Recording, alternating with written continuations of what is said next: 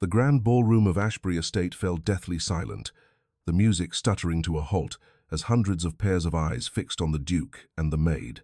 His hand was still wrapped around her arm, a possessive, defiant gesture that challenged 1,000 years of tradition. "Get this creature out of my house," the Duchess commanded, her voice like shattered ice, echoing in the cavernous space. But Duke Adrian Ashbury didn't let go. Instead, he pulled the trembling maid, Lucy, closer, his voice a low growl that promised ruin for anyone who dared to touch her. "If she leaves," he declared to the horrified assembly, "I go with her." But he didn't know the true price of his rebellion. He didn't understand the web of lies and jealousy that was about to unravel, and he certainly didn't know that the woman he was protecting held a secret that could destroy them both. Could a love born in stolen moments and whispered secrets possibly survive the public disgrace designed to tear them apart? Before we carry on, please hit the subscribe button to make my day, and let me know where you are watching from in the comments. The world was still draped in the soft grey light of pre-dawn when Lucy Trent's day began. In the vast, empty ballroom of Ashbury Estate, she was a solitary ghost, her movements as silent and precise as the ticking of the great-grandfather clock in the hall. The air was cold, smelling of last night's extinguished candles, beeswax, and the faint, floral perfume of the Duchess that seemed to cling to every surface. Lucy's worn wool dress did little to ward off the chill that seeped from the gleaming marble floors, a cold that felt as if it had settled deep into the very bones of the house. Her task was to erase any trace of the previous evening's quiet gathering, to restore the room to its state of pristine, untouchable opulence. Her hands, chapped and reddened from lye soap but deft and gentle, moved with an economy born of endless repetition. She polished the ornate silver, buffed the mahogany tables until they shone like dark mirrors, and straightened the heavy velvet curtains that guarded the colossal windows. She worked with her eyes downcast, a habit drilled into her by Mrs. Gable, the head housekeeper, from her very first day. "Remember your place, Lucy," the woman's stern voice echoed in her memory, a constant refrain in the quiet corridors of her mind. "Good servants are neither seen nor heard. You are a pair of hands, nothing more." And so Lucy had learned to make herself small, to blend into the wallpaper, to become as invisible as the air itself. It was a strange existence, to be so intimately acquainted with the treasures of a family, to handle their delicate china and priceless artifacts, yet remain utterly separate from their world. She was a whisper in a house of declarations. As she polished a large, ornate silver platter, her own reflection swam into view. It was a fleeting, distorted glimpse, a pale, serious face framed by wisps of brown hair that had escaped her tight bun, and wide, watchful eyes that seemed to hold a universe of unspoken thoughts. For a moment, she saw not a servant, but just a girl who felt as ephemeral as the dust motes she diligently wiped away. The image vanished as she shifted the platter, and she was once again just a pair of hands, a tool to maintain the perfect gleaming facade of Ashbury. In a lavish study 2 floors above, Duke Adrian Ashbury felt the gilded walls closing in on him. The room was his cage, furnished with the weight of his lineage. Heavy oak bookshelves groaned with leather, bound volumes he never read. Stern, oil, painted ancestors stared down at him with disapproving eyes, and a fire crackled in the hearth, offering a warmth that never reached him. He was enduring another tedious meeting with his father, the old Duke, a man as rigid and unyielding as the marble statues in the garden. Several advisors, grey men with equally grey personalities, droned on about crop yields and tenant disputes. Adrian stared out the window, his expression a mask of profound boredom and entrapment. The world outside, a landscape of rolling green hills and ancient oaks, seemed more a prison than a paradise. He tapped a silver pen impatiently against a stack of documents, the rhythmic clicking the only outward sign of his internal rebellion. "Adrian, are you listening?" His father's voice cut through the haze of his thoughts, sharp and imperious. Adrian turned his gaze from the window. "Of course, father. The West Pasture drainage. Fascinating." His father's jaw tightened. "This is your future, your responsibility. It would do you well to show some interest. Which brings us to a more pressing matter." He gestured to one of the advisors, who cleared his throat. The topic shifted, as it so often did, to his impending strategic engagement. "Beatrice is a perfect match," his father stated. Not for the first time. Her family's influence will strengthen our position. This alliance is vital for the continuation of our legacy.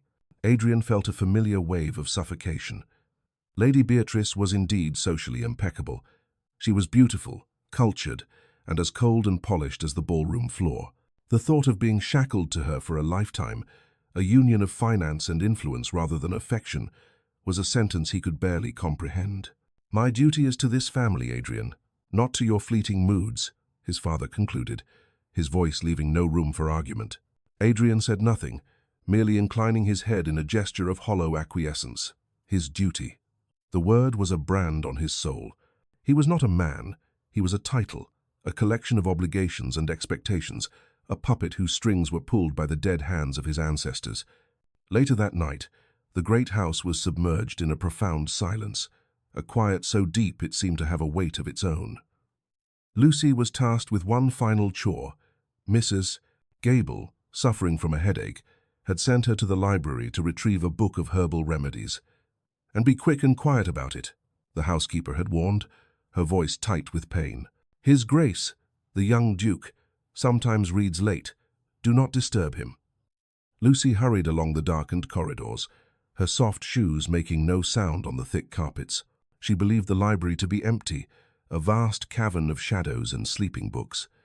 The air inside was thick with the scent of old paper and leather, a smell she had always found comforting. A single beam of moonlight cut through a gap in the curtains, illuminating a swirling galaxy of dust motes. She moved with purpose, her mind on the specific shelf Mrs. Gable had described.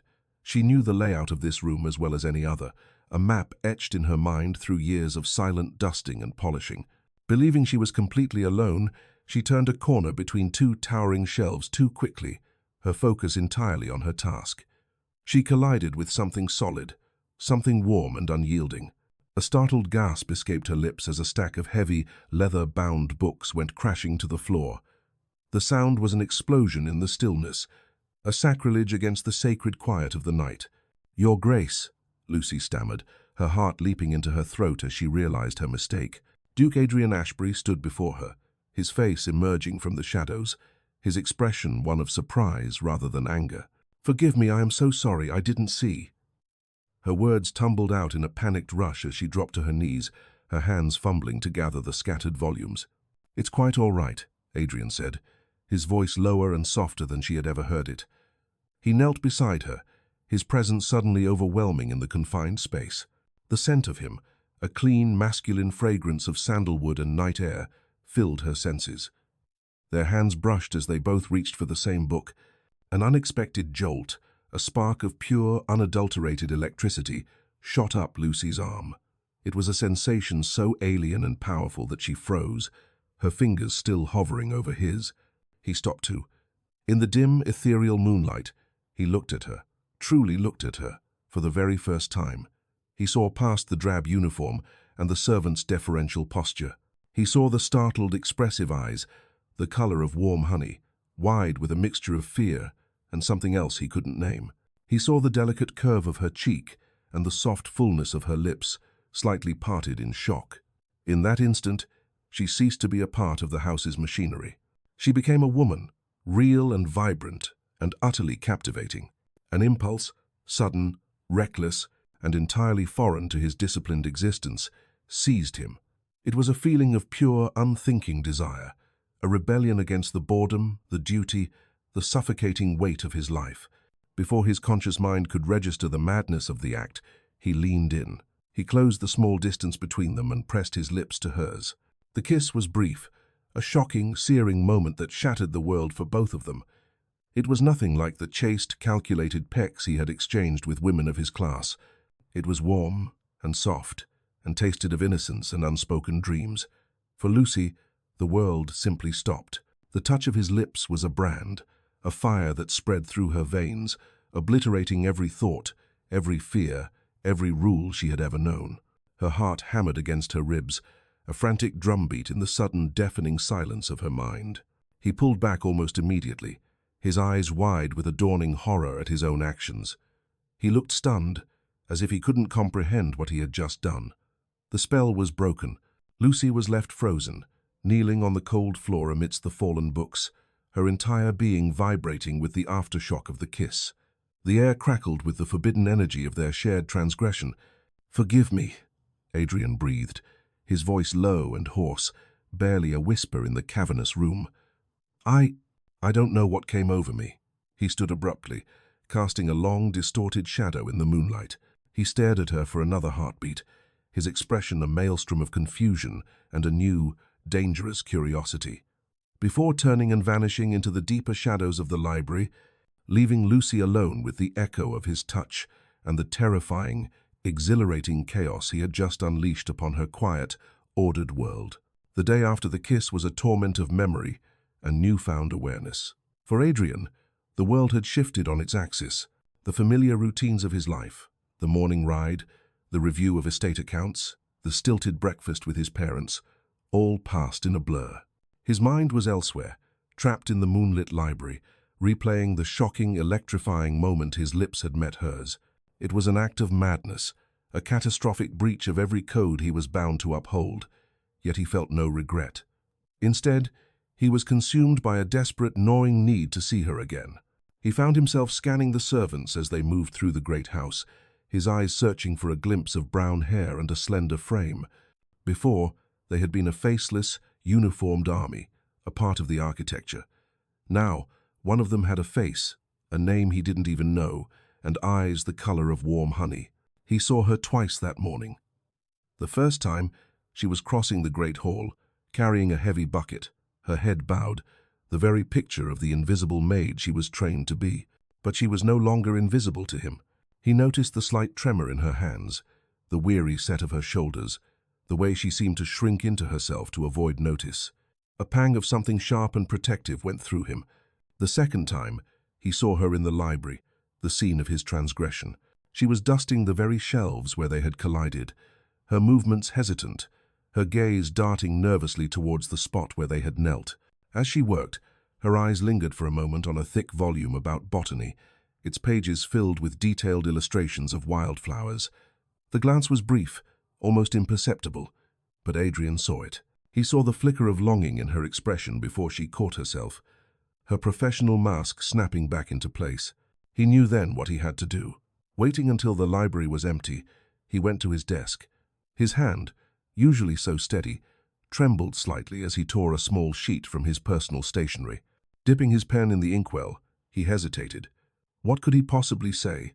An apology felt inadequate, an explanation impossible. He settled for simplicity, for a plea. Asterisk, I must speak with you. Please. Asterisk. The words looked stark and desperate on the fine, cream-colored paper.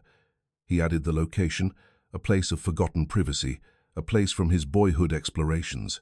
Asterisk, the old conservatory. Midnight. Asterisk.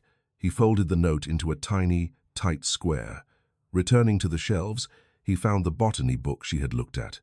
With a feeling of profound and reckless hope, he slipped the note between the pages depicting a cluster of wild bluebells and slid the book back into its place. The act was done. He had thrown a stone into the placid, ordered waters of his life, and now he could only wait for the ripples. Lucy's hands were shaking so badly she could barely hold the feather duster. Her mind was a maelstrom of terror and confusion. The memory of the Duke's kiss was a brand on her lips, a secret fire that both warmed and terrified her. Every creak of a floorboard, every distant voice sent a jolt of panic through her. She felt exposed, as if her sin was written across her forehead for all to see. When she was sent to dust the library, her heart hammered against her ribs. The room felt charged, haunted by the ghost of their encounter. As she ran her cloth over the spines of the books, her fingers brushed against the botany volume. A strange, inexplicable curiosity made her pull it from the shelf. As she did, a small folded piece of paper fluttered out and landed silently on the carpet. Her blood ran cold. She glanced around, her heart in her throat, before snatching it up. Her name was not on it, but she knew. With trembling fingers, she unfolded the note. The words were few, but they held the weight of a death sentence or a revelation. Asterisk, I must speak with you. Please. The old conservatory, midnight. Asterisk. It was his handwriting, the elegant, forceful script of a man used to command. A wave of dizziness washed over her. He wanted to see her, alone, at midnight. Every instinct screamed at her to burn the note, to pretend it never existed, to bury the memory of the kiss so deep it could never surface. Discovery would mean instant dismissal, ruin, a life cast out into the unforgiving world with the stain of scandal upon her. Yet, a part of her, a foolish, treacherous, and utterly bewildered part, was drawn to the flame. Why had he done it?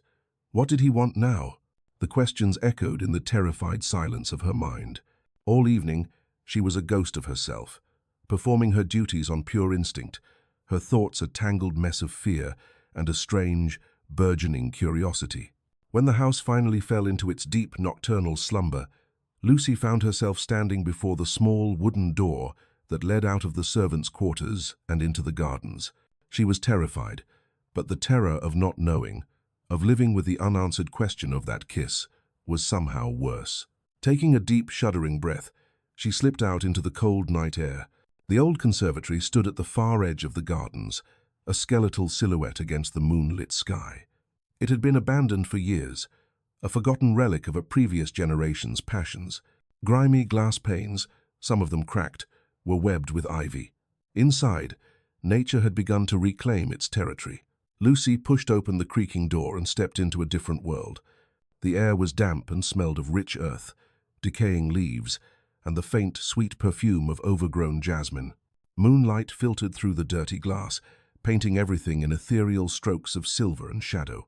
Wild vines snaked across the floor and up the rusted iron framework, and the ghostly shapes of long, dead potted trees stood like sentinels in the gloom.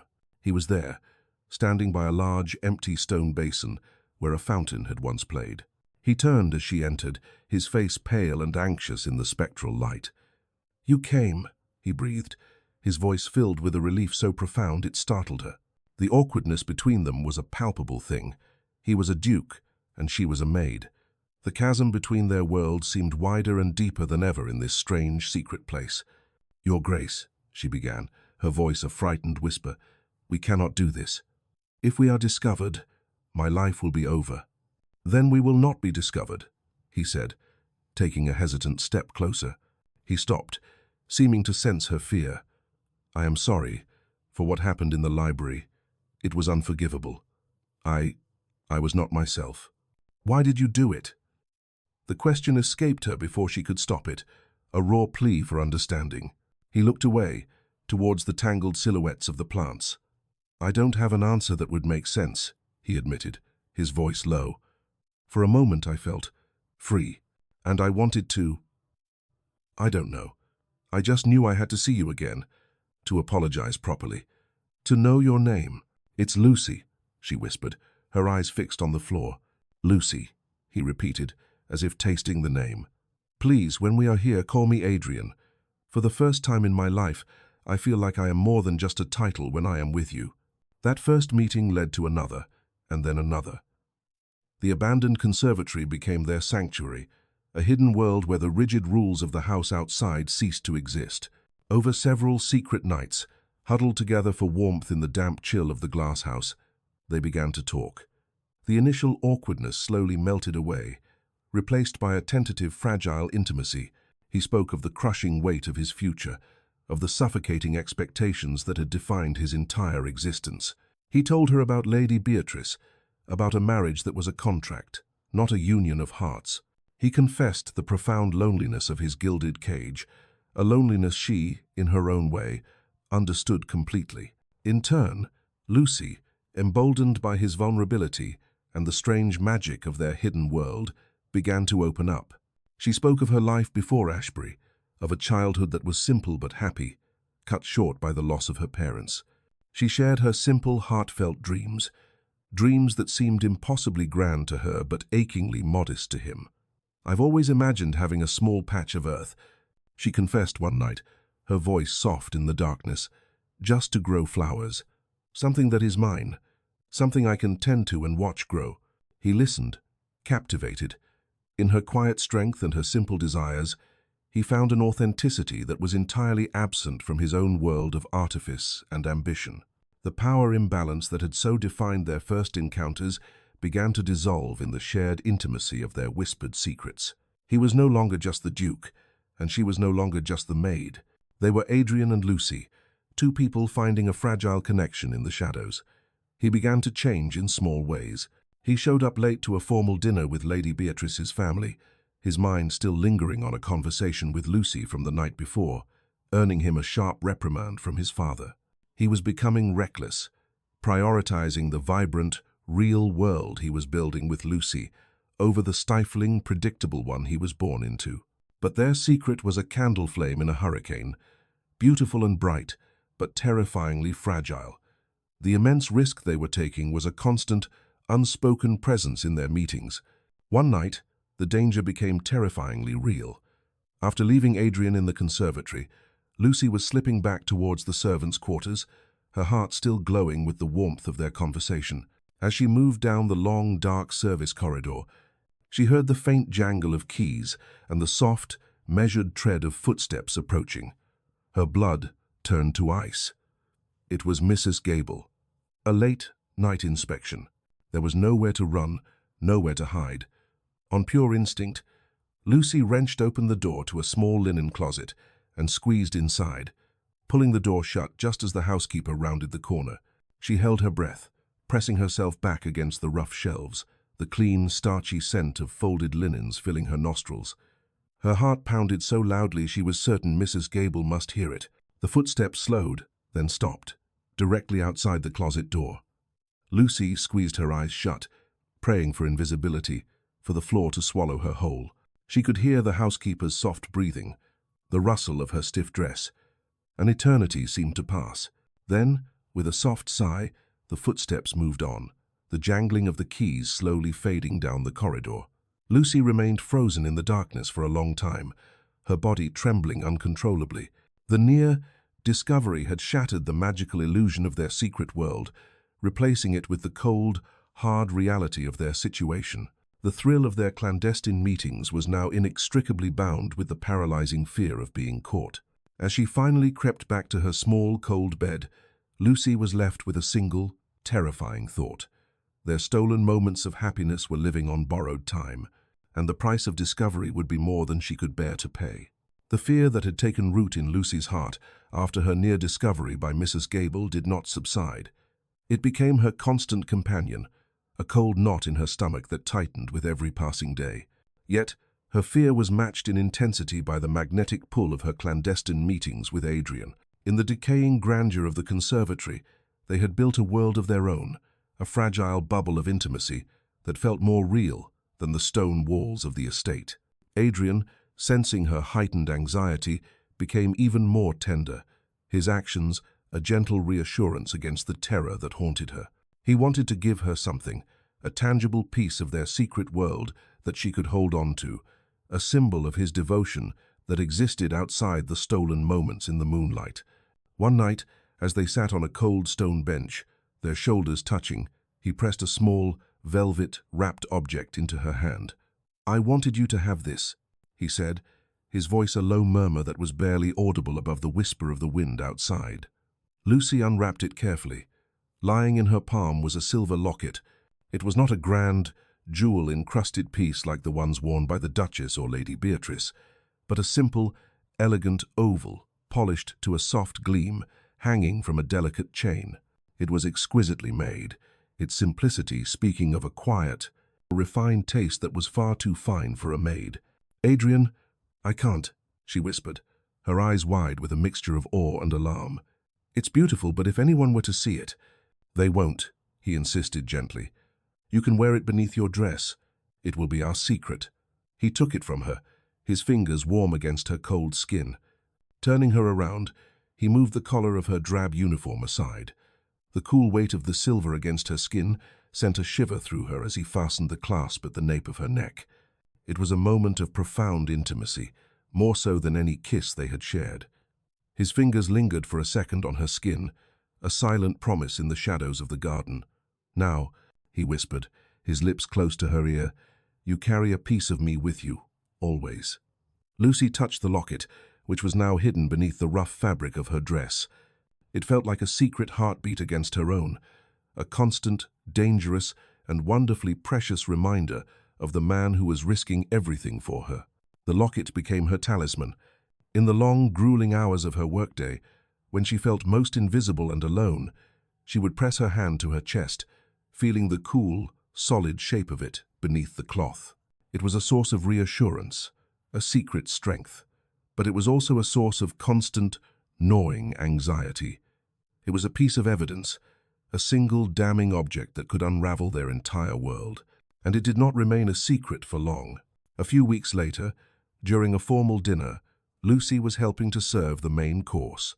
The dining room was a glittering spectacle of crystal, silver, and candlelight, the air thick with the scent of roasted pheasant and the murmur of polite, aristocratic conversation. As Lucy leaned forward to place a dish on the table, the locket, which she had carelessly allowed to hang outside her uniform for a moment while working in the hot kitchens, swung forward. For a single fatal second, it caught the candlelight, a brilliant flash of silver against the dark grey of her dress. It was a tiny detail in a room full of opulence, but it did not go unnoticed. Mrs. Gable, standing sentinel by the sideboard, saw it. Her eyes, sharp and perpetually disapproving, narrowed to slits. Lucy, feeling the head housekeeper's gaze upon her, quickly tucked the locket back inside her dress, her heart beginning to pound with a familiar, sickening dread. She got through the rest of the dinner service in a haze of panic, her movements stiff and clumsy. She knew what was coming. Later that night, as she was scrubbing the last of the great copper pots in the scullery, Mrs. Gable appeared in the doorway, her arms crossed, her face a mask of grim authority.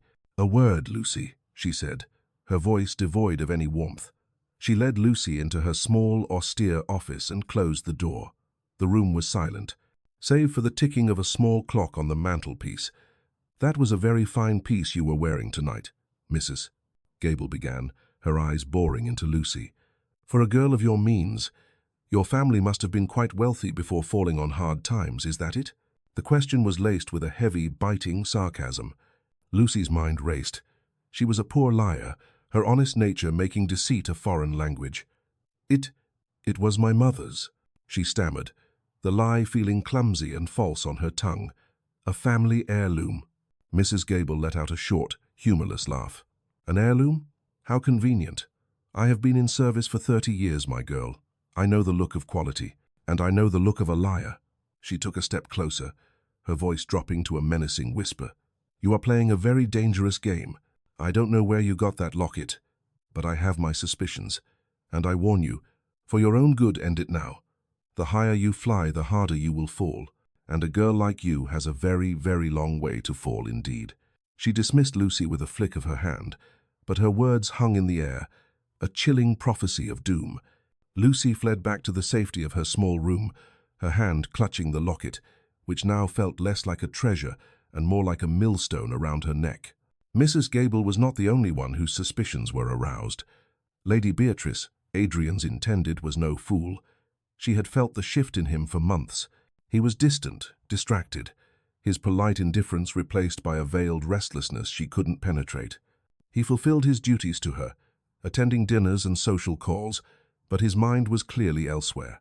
Her pride was wounded, but more than that, her territorial instincts were on high alert. Adrian was her prize, the key to securing her family's status and her own future. She would not allow some fleeting distraction to jeopardize that. Her attention, sharp and calculating, began to narrow in on the staff. She started observing the maids with a cold, analytical gaze, searching for any sign of impropriety, any flicker of familiarity that might explain Adrian's behavior. And her eyes, like Mrs. Gable's, eventually settled on Lucy. It was nothing she could prove, just a collection of small, almost imperceptible details. A lingering glance from Adrian as Lucy left a room, a faint blush on the maid's cheek when he spoke a polite word to her, and a certain quality in Lucy's demeanor, a quiet inner light that Beatrice, in her jealous fury, interpreted as defiance. "There's an insolence in that one's eyes," she remarked to her mother one afternoon as they watched Lucy arranging flowers in the grand hall. "The Duke is far too lenient with the staff. It encourages familiarity. It gives them ideas above their station." Her mother had merely nodded, but Beatrice had already declared a silent war. Lucy became the focus of her cold, simmering rage, a target for her cruel, subtle torments, a misplaced bucket of dirty water that Lucy was forced to clean up. A false accusation of theft that was later cleared up with a dismissive wave. Beatrice was testing the waters, prodding and poking, waiting for a reaction, waiting for a mistake. The mistake came during a formal luncheon held in honor of a visiting lord, a man whose political influence Adrian's father was desperate to court. The atmosphere was thick with social importance. Lucy, her nerves already frayed from the constant scrutiny of Mrs. Gable and Lady Beatrice, was tasked with serving the soup. Her hands trembled as she carried the heavy silver tureen on a tray. As she approached the table, moving carefully behind the seated guests, Lady Beatrice, who was seated next to the guest of honor, shifted in her chair. She accidentally stuck out her elegant, silk, slippered foot directly in Lucy's path. It was a small, almost imperceptible movement, but it was enough. Lucy's foot caught on Beatrice's, and she stumbled. For a horrifying, slow-motion moment, she fought for balance, but the heavy tray was too much.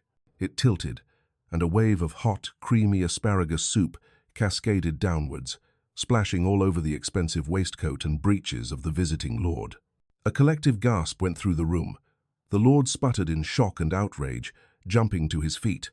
The Duchess's face went pale with horror. Mrs.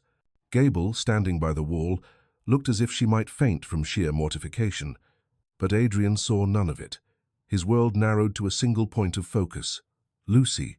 While everyone else stared at the spluttering lord and the spreading green stain, Adrian's first and only reaction was to rush to Lucy's side. He ignored the important guest completely. He ignored his mother's frantic gestures and his father's thunderous expression. He knelt on the floor beside Lucy, who was frozen in a state of pure, abject horror, staring at the mess she had created. "Are you all right?" he asked, his voice a mask of fury and concern, loud in the sudden, deathly silence of the room. He reached out and took her arm, his touch gentle. "Did you burn yourself?" The room went utterly still. Every eye was now on them, on the Duke kneeling on the floor, his hand on the arm of a clumsy maid, his face showing a level of concern that was shockingly, inappropriately familiar. The spilled soup, the insulted lord, the social disaster, all of it faded into the background. The real scandal was this public display of affection that shattered the invisible wall between master and servant. Lady Beatrice watched, a small triumphant smile playing on her lips. She had set the trap, and he had walked right into it. Later that night, in the cold safety of the conservatory, Lucy was trembling, not from the chill, but from the aftershock of the day's events. "They know," she said, her voice barely a whisper. She couldn't meet Adrian's eyes. "I can feel it. Lady Beatrice, Mrs. Gable, they are watching me. She tripped me, Adrian. I know she did." She finally looked at him, her eyes filled with a desperate, pleading terror. "This is getting too dangerous. Your reaction today, everyone saw. Everyone knows how you feel." She took a step back, wrapping her arms around herself as if to hold herself together. "We have to stop," she whispered, the words tasting like ash in her mouth, "before they destroy us both." Adrian's pleas had been desperate, his words a torrent of promises and reassurances that had worn down her resolve. He had refused to accept her decision to end things, arguing that their fear would be the very thing that destroyed them, not the outside world. He had insisted on one more meeting, a final defiant gesture on the night of the annual Ashbury Masquerade Ball, the grandest, most public event of the year. It was madness, a flagrant invitation to the very disaster Lucy dreaded. Yet she had agreed. Her terror was a living thing inside her, but the thought of never seeing him again, of severing their connection without a true farewell, was a pain she could not bring herself to face. The estate was transformed into a glittering fantasy. Hundreds of candles blazed in chandeliers, their light fracturing into 1,000 rainbows through crystal glasses and diamond necklaces. The air hummed with the soaring notes of a string quartet and the murmur of 100 conversations, all hidden behind the artifice of velvet, silk, and papier-mâché masks. It was the pinnacle of their society, a dazzling display of wealth and power, and tonight it was the stage for Lady Beatrice's final, triumphant act. She sat near the grand entrance to the ballroom, a vision in ice, blue silk, her mask, a delicate creation of silver filigree and frost, like crystals. She watched the dancers, her expression one of polite amusement, but her mind was a cold, sharp instrument of calculation. Earlier that week, a quiet, desperate kitchen maid with a sick mother had, for the price of a few gold sovereigns, tearfully confirmed everything Beatrice already suspected. She knew about the conservatory, and she knew about the new plan, a meeting in the secluded rose garden, timed to coincide with the midnight fireworks display. Beatrice felt a venomous thrill course through her. The trap was set. All she had to do was spring it. She saw Adrian moving through the crowd, a dark, commanding figure in a simple black domino mask that did little to conceal his restless energy. He was looking for someone, but his eyes were not scanning the masked faces of the aristocratic ladies. They were darting towards the service doors, towards the shadows, where the invisible staff scurried to keep the grand machine running. Beatrice's lips curved into a smile beneath her mask. It was almost time. The first firework exploded in the night sky, a percussive boom that momentarily silenced the orchestra. The guests began to drift towards the grand terrace to watch the display. This was her cue. Excusing herself from her small circle, Beatrice did not head for the terrace. Instead, she slipped away down a quiet corridor, her movements swift and silent. She found her parents already waiting, as arranged, their faces tight with grim anticipation. A short walk away, near the Duke's private study, they met with the Duke and Duchess of Ashbury. The Duchess's face was a mask of regal composure, but her eyes held a glint of cold fury. She had been informed of a potential, embarrassing indiscretion. Beatrice had framed it as a concern, a desire to protect the family's honor from Adrian's foolishness. Now, with her audience assembled, she was ready to raise the curtain. The rose garden was a world away from the noise and glitter of the party. Here, the only light came from the moon and the intermittent, brilliant flashes of the fireworks overhead. The air was cool and fragrant with the scent of late, blooming roses. Lucy stood in the shadows of a marble statue, her heart a frantic drum against her ribs. She wore her plain maid's uniform, a stark contrast to the opulence just a stone's throw away. She had seen Adrian slip out of the ballroom and had followed, her feet moving as if of their own accord. He found her by the fountain, the water silenced for the winter. "Lucy," he breathed, pulling off his mask. In the chaotic, strobing light of the fireworks, his face was a study in desperation and longing. He came to her, taking her hands in his. They were ice, cold. "We shouldn't be here," she whispered, her voice trembling. "Adrian, this is insane." "It's the only sane thing in my life," he countered, his grip tightening. Another firework, a shower of emerald green and sapphire blue, lit the sky, illuminating the anguish on his face. "I cannot lose you, Lucy. I will not." The magic of the moment, the unreality of the masks and the distant music, the percussive heartbeat of the explosions in the sky, it all conspired to make them reckless. The danger that had haunted them for weeks seemed to melt away, replaced by a desperate, all-consuming need. He pulled her towards him, his arms wrapping around her waist, lifting her from the ground as if she weighed nothing. He crushed his lips to hers. It was not a gentle kiss. It was a kiss of desperation, of rebellion, of a love that had been forced to live in darkness and was now screaming its existence into the night. It was a culmination of every stolen moment, every whispered secret, every shared dream in the damp, earthy confines of the conservatory. For a glorious, terrifying instant, there was no duke, no maid, no rules, no consequences. There was only the two of them, fused together under a sky that wept tears of fire and light. Lucy's fear dissolved into pure sensation, the feel of his lips, the strength of his arms, the frantic beating of his heart against hers. She kissed him back with all the pent-up longing and terror of the past months, a silent surrender to the beautiful, ruinous fate she could no longer outrun. It was in that moment of total, blind surrender that the world ended. "Mother, Duchess," a voice, sweet as honey laced with poison, cut through the air. "I was just taking a stroll to admire the roses and, oh my goodness, look." They sprang apart as if burned. A bright, unwavering light sliced through the darkness, pinning them in its glare. Beatrice stood at the entrance to the garden path, holding a lantern high.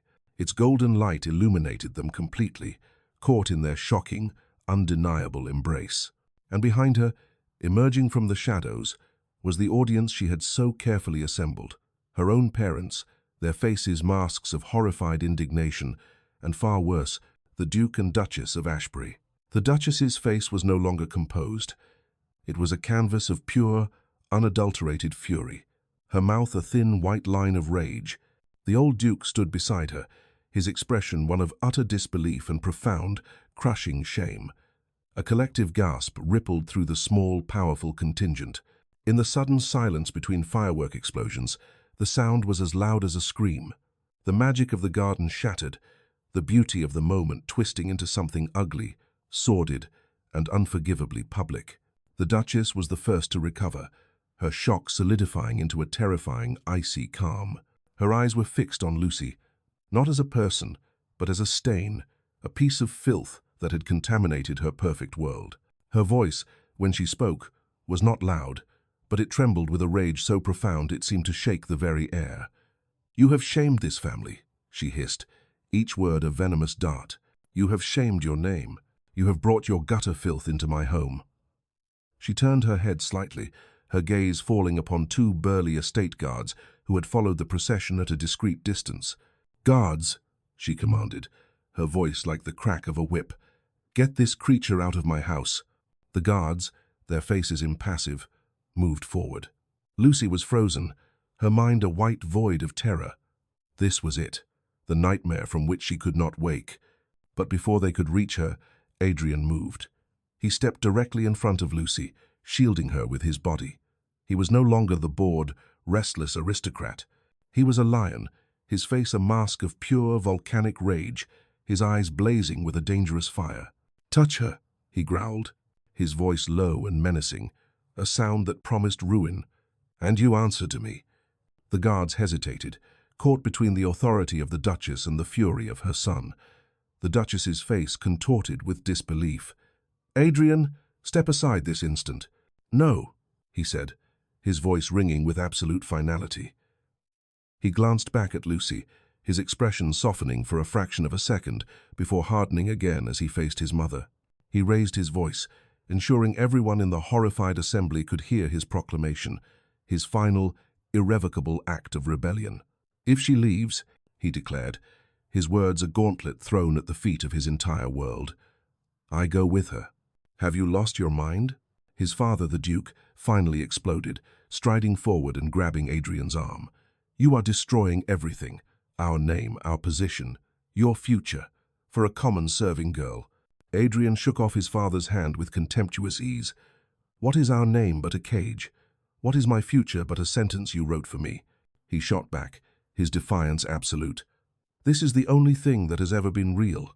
But his defiance, as passionate as it was ultimately futile against the cold, hard mechanics of power. The Duchess, her face white with a rage that had moved beyond words, gave a sharp, almost imperceptible nod to the guards. It was all the command they needed. While the Duke continued to argue with Adrian, physically trying to restrain him, the two guards lunged forward. They bypassed Adrian's defense, their movements swift and practiced. One guard grabbed Lucy's left arm, the other her right. Their hands were like iron vices, their grip rough and impersonal. A scream tore from Lucy's throat, a sound of pure terror and disbelief. They were dragging her, pulling her away from Adrian, away from the rose garden, back towards the world of harsh, unforgiving reality. "No!"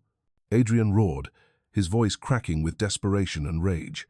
He fought against his father, trying to get to her, but the old Duke, surprisingly strong, held him fast. "Let her go, let her go!" Lucy's feet stumbled on the gravel path as the guards hauled her unceremoniously through the gardens, past the terrace, where oblivious guests still laughed and pointed at the sky. She was a spectacle of shame, a ruined girl being dragged to her fate. They didn't take her through the house. They dragged her around the side, to the main gates of the estate. One of the guards unlocked the heavy iron gate, and with a final brutal shove, they threw her out onto the cold, damp dirt of the public road. She landed hard on her hands and knees, the sharp stones tearing at her skin. A moment later, a small, pathetic bundle was tossed into the dirt beside her. It was her few belongings, her spare uniform, the worn book of poetry her mother had given her, all tied up in a rough cloth. The iron gate clanged shut, the sound of the bolt sliding home echoing like a death knell in the night. From behind the gate she could hear Adrian's voice, a desperate, enraged shouting of her name. "Lucy, Lucy!" It was a sound of pure agony, a cry of a man being torn apart, but it was distant, muffled by the iron and stone that now separated their worlds forever. Then, another firework exploded overhead, a brilliant, beautiful cascade of golden light, illuminating the pathetic, lonely figure of a girl on her knees in the mud, with nothing left in the world but the clothes on her back and the sound of a heart-shattering scream fading in the distance. The cold seeped into Lucy's bones, a damp, unforgiving chill that had nothing to do with the night air and everything to do with the utter emptiness that had replaced her heart. She remained on her knees in the dirt for a long time, the echoes of Adrian's screams fading into the indifferent chirping of crickets. The world had been reduced to the rough texture of the stones beneath her palms and the pathetic sight of her small bundle of belongings lying in the mud. Shock was a merciful blanket, insulating her from the full force of her new reality. Slowly, mechanically, she got to her feet. Her body ached, a dull protest against the brutal efficiency of the guards. She picked up her bundle, wiped the worst of the mud from it, and began to walk. There was only one place to go, the nearby town of Oakridge, a few miles down the road. With each step, the shock began to recede, and the pain flooded in. It was a pain so vast and sharp it was difficult to breathe. Humiliation burned her cheeks, hot and shameful. The image of the Duchess's face, contorted with hate, was seared into her mind. The feel of the guard's hands, the finality of the gate slamming shut, it all replayed in a torturous loop. She was a pariah, cast out not just from a house, but from the only life she had known. The news of the scandal, she soon discovered, travelled on wings faster than her own weary feet. It was a juicy piece of gossip, a tale of a duke's son and a lowly maid, and it spread through the countryside like wildfire. By the time she reached the tired grey streets of Oakridge at dawn, her reputation had preceded her. She sought work the only way she knew how. She went to the back doors of the town's more prosperous houses, her heart a leaden weight in her chest, and asked for the housekeeper. The first door was slammed in her face before she could finish her sentence. At the second house, a stern, thin-lipped woman looked her up and down with undisguised contempt. "You're the Ashbury maid, aren't you?" The woman sneered. "We'll have no scandal here. Be on your way." The words were a slap, a confirmation of her new status as human refuse. It was the same everywhere she went. Her connection to the Ashbury scandal was a brand, a mark of shame that made her untouchable. Hope, a fragile seedling to begin with, withered and died with each rejection. Destitute, hungry, and with the last of her courage crumbling, she found herself at the industrial edge of town, where the air was thick with coal smoke and the clatter of machinery. A huge, grim-looking brick building belched steam into the sky, a sign above its door reading, "Oakridge Commercial Laundry." It was a place of last resort, a place for those with no other options. It was a place for her. The foreman, a large, sweating man with a perpetually sour expression, barely glanced at her. He needed bodies to feed the insatiable appetite of the laundry's great machines, and he didn't care about their pasts. He grunted, pointed towards a chaotic, steaming room filled with women, and told her she could start immediately. The work was a circle of hell she could never have imagined. The heat was suffocating, the air thick with the acrid smell of lye soap and steam so dense it was like breathing water. Her job was to stand at a massive, scalding tub, plunging endless piles of white sheets and linens into the boiling chemical-laced water, agitating them with a heavy wooden paddle. The sheets were from hotels, hospitals, and wealthy houses, the anonymous laundry of a world she no longer belonged to. Her hands, already chapped from her work at the estate, were raw and blistered by the end of the first day. Her back screamed in protest, and her spirit felt as if it were being bleached away along with the stains on the linen. She was truly invisible now, not in the practiced, careful way of a good servant, but in the anonymous, soul-crushing way of the desperate. She worked from before sunrise until after sunset, and at the end of the week, she was paid a pittance that was just enough to afford a bed in a cold, draughty room in a boarding house filled with the other broken spirits of the town. She endured, fueled by a grim, stubborn determination to simply survive. The memory of Adrian was a distant, painful ache, a dream of a life that had been burned to the ground. She felt abandoned, hurt, and utterly, devastatingly alone. Back at Ashbury, Adrian was living in his own version of hell, a gilded cage rattling with the echoes of his rage and despair. The moment Lucy had been dragged away, something inside him had snapped. He had been confined to his rooms, with guards posted at his door. His father, his face a mask of cold fury, had cut off his access to all funds, effectively making him a prisoner in his own home. He was subjected to an endless barrage of lectures, threats, and emotional blackmail. His mother refused to even look at him, her silence a more potent weapon than any shouted words. They were all aimed at a single goal, forcing him to renounce Lucy, to publicly declare the affair a moment of youthful folly, and to immediately proceed with the engagement to Lady Beatrice to repair the catastrophic damage to the family's reputation. During one particularly venomous confrontation in the Duke's study, his father laid out the final ultimatum. "You have brought shame and ridicule upon a name that has been respected for 500 years, the old Duke said, his voice shaking with a rage that was almost reptilian. "You will write a letter of apology to Beatrice's family. You will announce your engagement. You will do your duty, or you are no longer my son. This family will not be brought down by a serving girl." Adrian, who had been staring out the window at the manicured grounds that now felt like a prison yard, turned slowly. His face was calm, his eyes cold and clear. The volcanic rage had burned away, leaving behind an unbreakable resolve. His obsession had been forged in the fires of injustice and loss, and it had become something new, something absolute. "Then I am no longer your son," he said, his voice quiet but carrying the finality of a death sentence. "You can keep the title. You can keep the money and the land and the name." He took a step towards his father, his gaze unwavering. "It has been a cage my entire life. Lucy was the first person to ever make me feel free. You took that from me. You threw her to the wolves. You can have your legacy. I want no part of it." That night, Adrian made his escape. He waited until the house was deep in slumber, the guards at his door drowsy and inattentive. He didn't go through the door. He went through the window, climbing down the thick ivy that clung to the stone walls, a route he hadn't used since he was a boy sneaking out for midnight adventures. He landed softly on the damp earth of the garden. He didn't head for the stables, which he knew would be watched. Instead, he made his way to a small, hidden paddock at the far edge of the estate, where he kept a spirited black stallion named Shadow, a horse loyal only to him. He had no saddle, only a bridle he had hidden there weeks ago. With nothing but the clothes on his back, a few gold coins in his pocket, and a valuable watch his grandfather had left him, he swung himself onto the horse's back. He urged Shadow not towards the main road, but onto a secret riding path, overgrown and forgotten, that wound its way through the woods, a path that would take him to Oakridge and away from Ashbury forever. He rode into town as the sun was rising, a man stripped of his identity. He was no longer Duke Adrian Ashbury. He was just Adrian, a man on a desperate mission. His search for Lucy was frantic but systematic. He started with the inns, describing her to every innkeeper, his voice tight with urgency. He moved on to the shops, the bakeries, the dressmakers, any place a young woman might seek employment.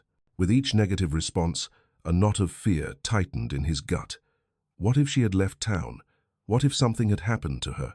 The thought was a physical pain, a spur that drove him onward.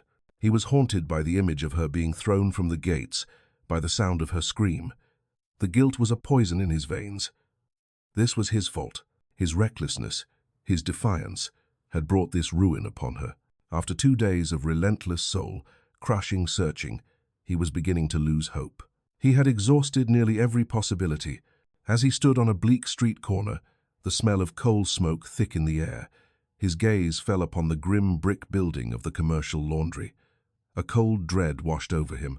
He walked towards it, his steps slow, as if approaching a gallows. The windows were thick with steam, distorting the view within. He wiped a clear patch on the grimy glass with his sleeve and peered inside. And then he saw her. The room was a chaotic vision of steam and frantic movement, but he saw her as if she were the only person there. Her face was pale and drawn. Her hair, once so lustrous, was damp and stringy, plastered to her forehead. Her movements were slow, heavy with an exhaustion that seemed to have settled into her very bones. She was lifting a heavy wooden paddle, her expression one of dull, listless resignation.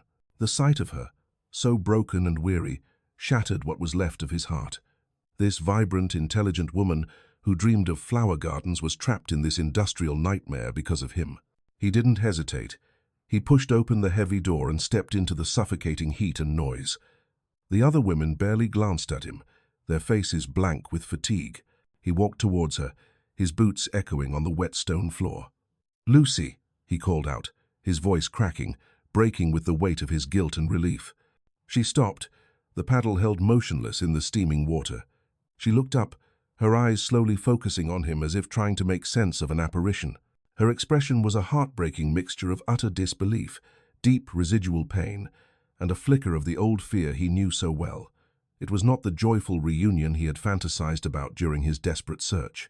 It was a meeting of two survivors, two people irrevocably broken by a world that had torn them apart, standing in the ruins of what they had lost. "Adrian?"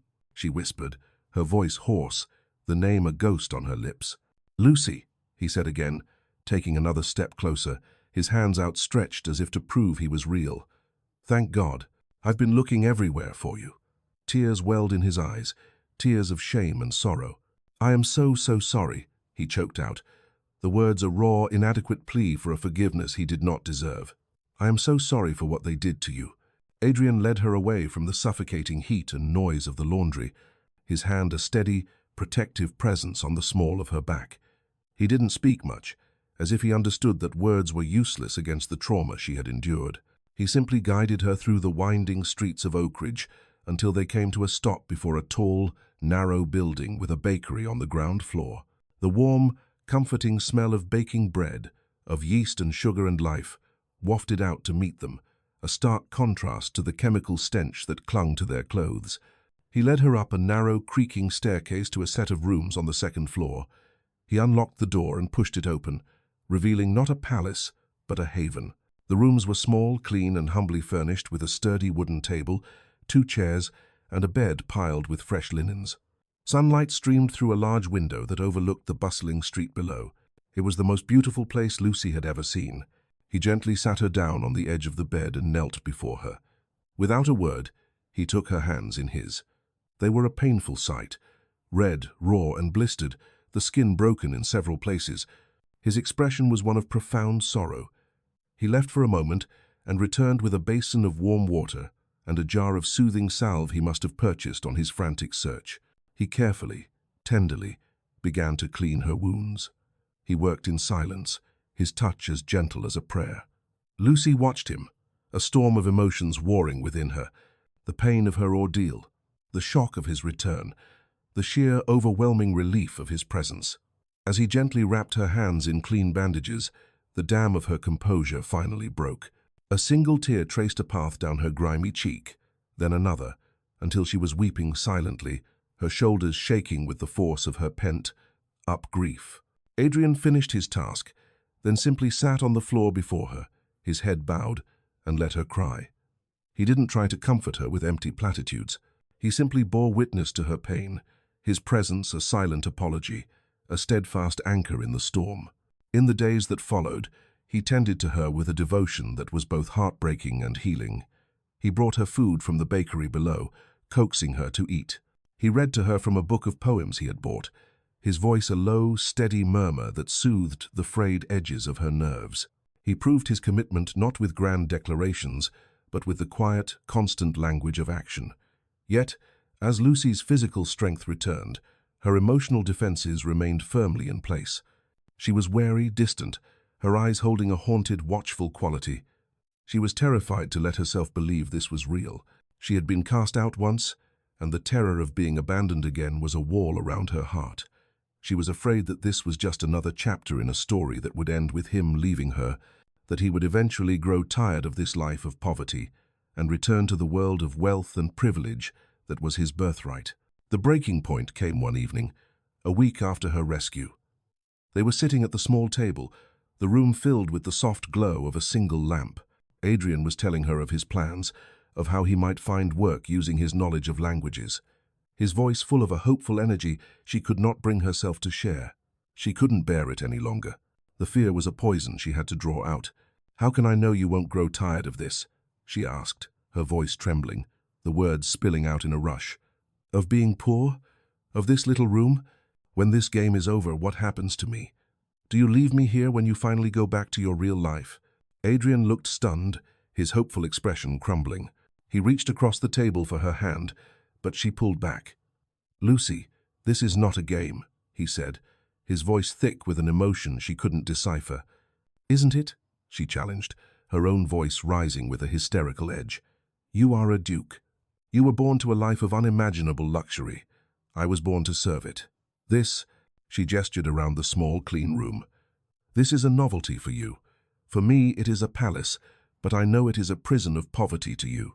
One day you will wake up and miss your horses, and your fine clothes, and the respect of the world. And you will leave. And I will be ruined all over again.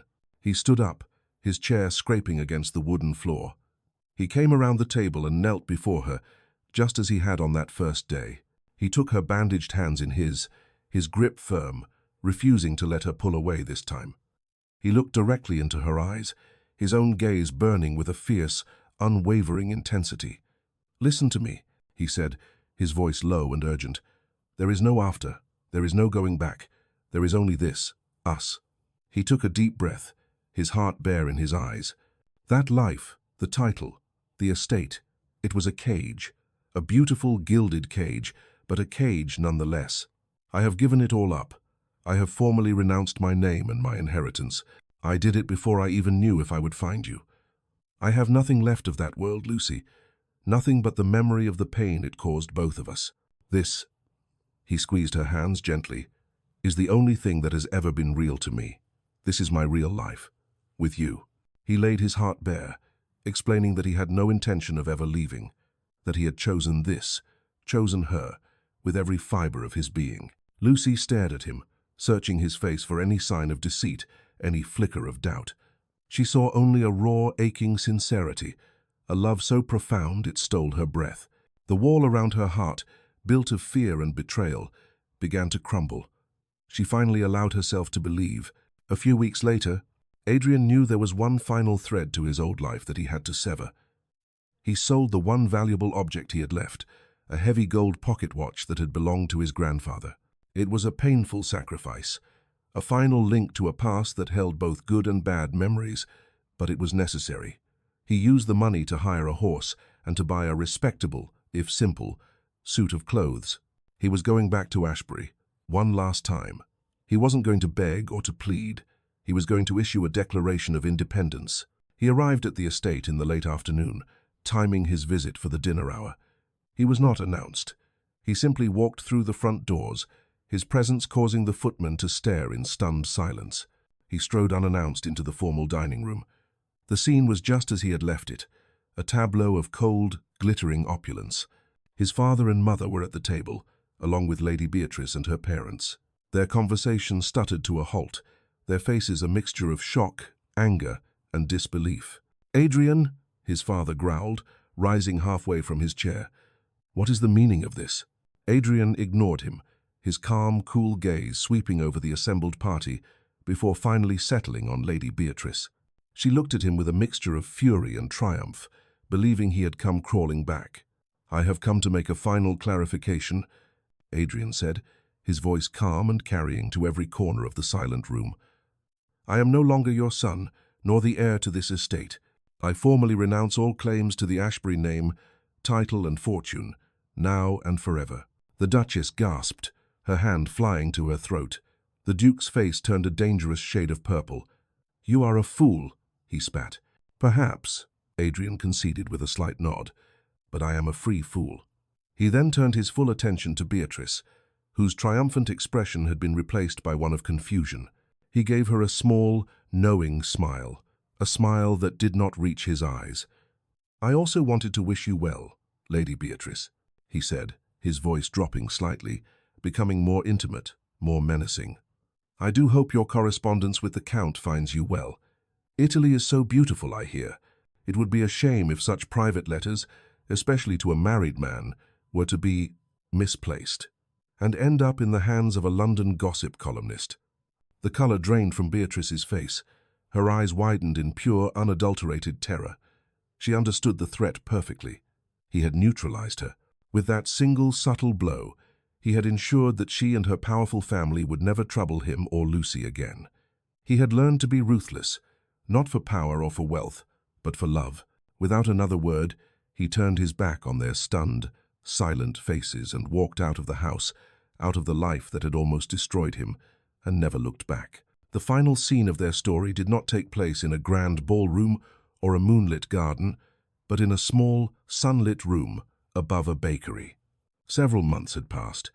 The city hummed with life outside their window, a constant, vibrant pulse that was the soundtrack to their new world. Adrian had found work, not as a duke, but as a man. His fluency in French and Italian, once a mere aristocratic polish, had become a valuable skill.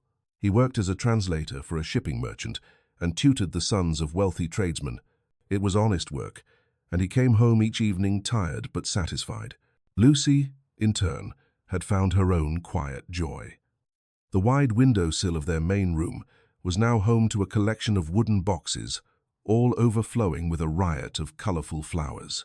Geraniums, petunias, and fragrant herbs spilled from the boxes, a testament to her patient, loving care. She had a garden. It was not a vast country estate, but a few feet of earth and sunlight, and it was hers. They were poor by the standards of their old world, but here, in this small apartment filled with the scent of baking bread and blooming flowers, they were richer than they had ever been. They had freedom, they had peace, and they had each other. The story ends with them sharing a simple meal of bread, cheese, and wine at their small table, the evening sun casting long, golden shadows across the room. Lucy looked from Adrian's face to the window boxes, where a new set of buds had just begun to open, their petals a vibrant, hopeful red. A soft, genuine smile touched her lips, a smile that reached her eyes and lit them from within. "They're finally blooming," she said, her voice soft with contentment. Adrian reached across the table and took her hand, his thumb stroking the back of it, a familiar, comforting gesture. He looked from the flowers to her face, his expression full of a love so deep and profound it was a tangible presence in the room. He leaned in and kissed her temple, a kiss not of desperate passion, but of quiet, enduring peace. "So are we," he whispered.